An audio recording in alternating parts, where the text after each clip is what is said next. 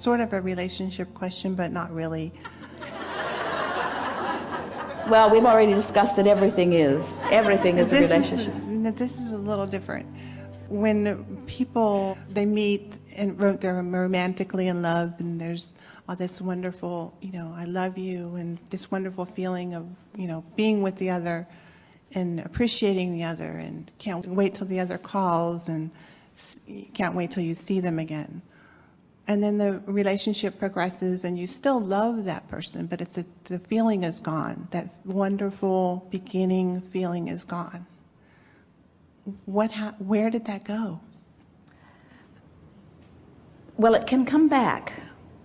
Where it went the way of resistance. And so let's talk about that.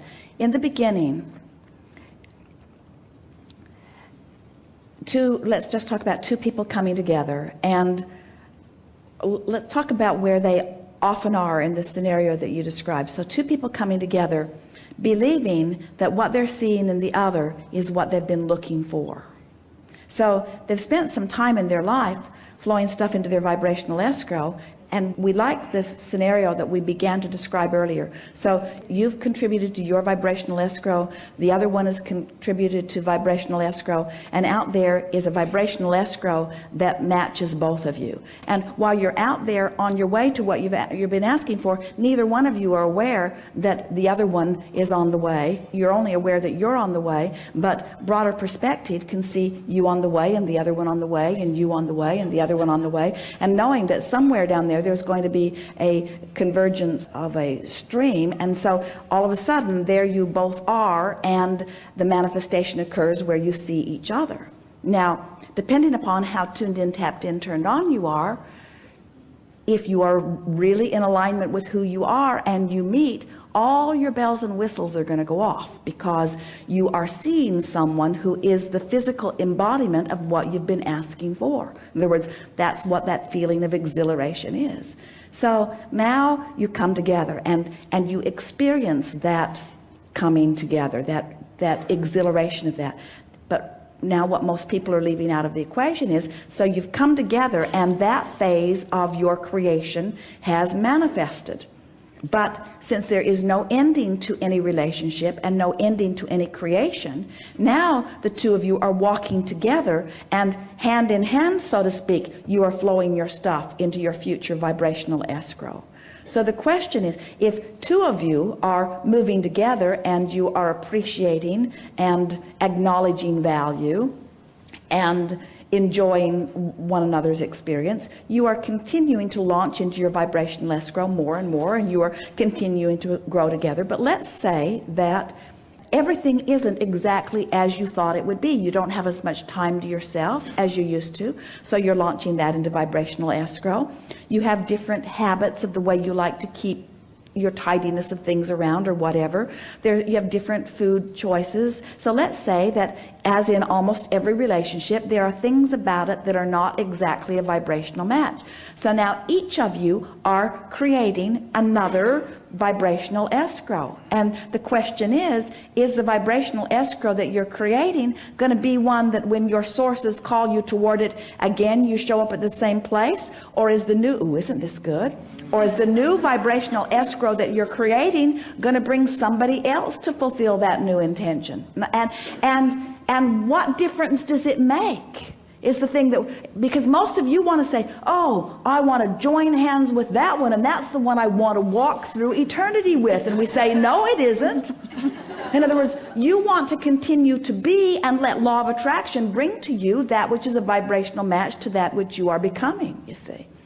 So is it possible to find someone and to have life experience cause you to continue to evolve, and have that person be the one who is satisfying your desires forevermore? yes, it absolutely is. But what goes wrong in relationships is in the beginning, what goes right in the beginning is that you are looking for positive aspects because there is so much that is unknown. So it's easier for you to imagine things as you want them to be, so you stay truer to the desires that you've been looking forward to in the manifestation of this relationship. Once you meet someone, the likelihood is that you're going to look at what is instead of staying fixated on how you'd like it to be.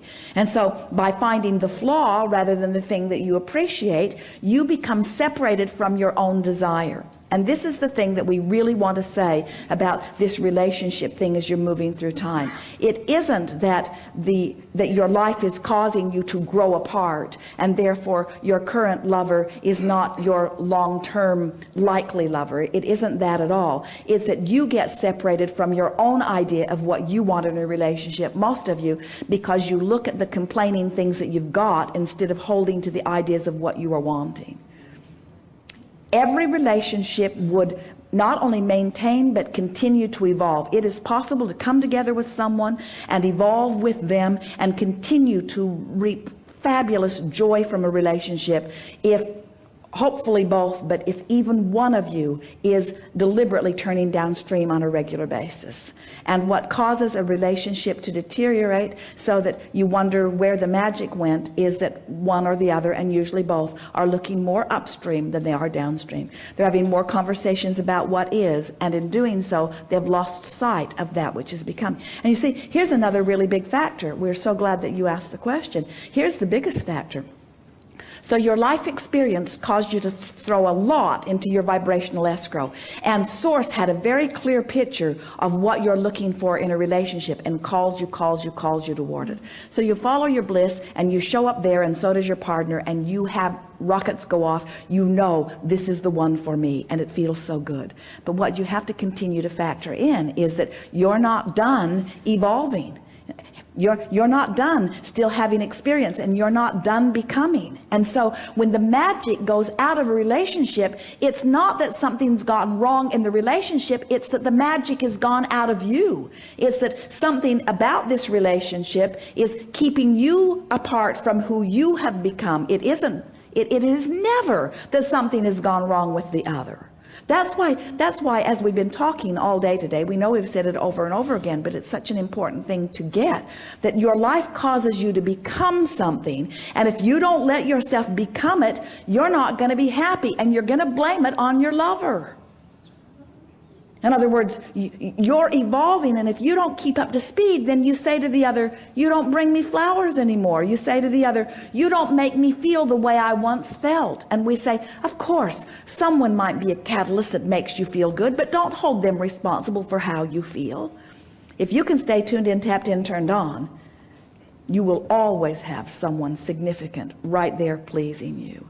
That's why we say, if you're not selfish enough to connect with who you are, then you don't have anything to give anyone. And if you're saying to anyone, I don't feel the way I felt about you before, it's not because that one is doing something wrong or changing. It's that something in the dynamics of what you're asking for and something in the dynamics of the direction you're pointed has got you out of whack with you. And you think they were the reason for your joy, and they never were. And now you think they're the reason for your absence of joy, and they never were. It was never about them. It was always about your relationship with your own vibration, you see.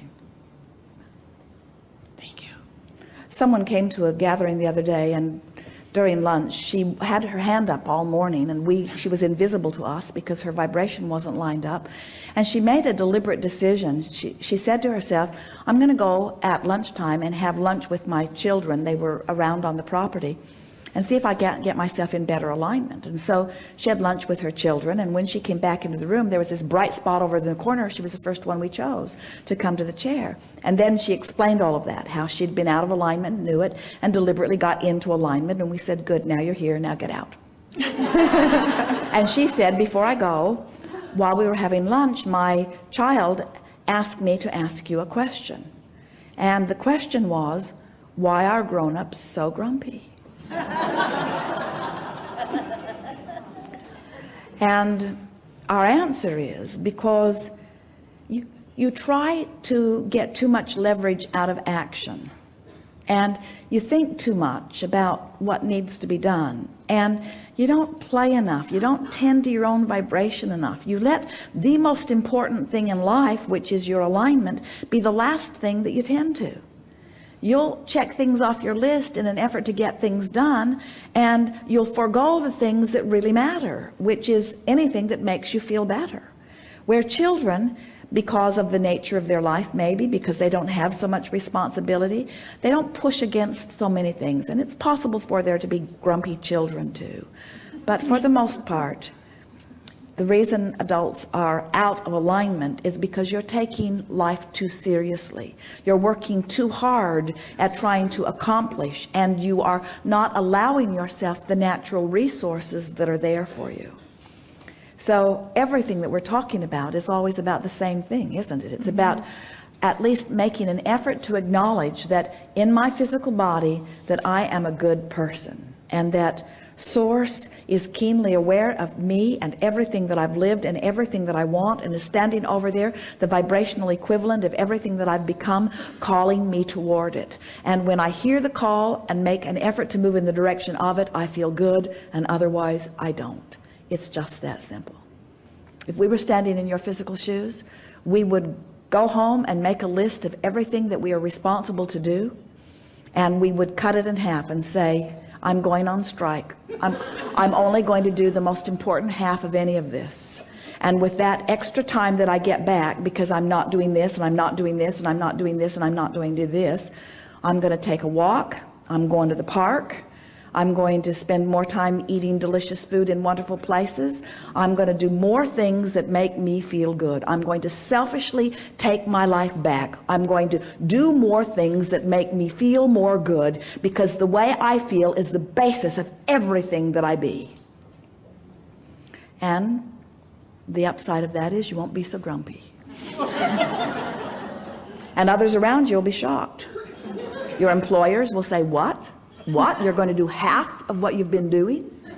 Yep, pretty much. I'm going to do half. What half of my job do you want me to keep doing?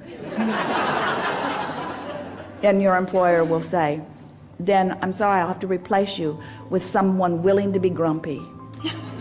And say, then I'm happy to leave. I'm happy.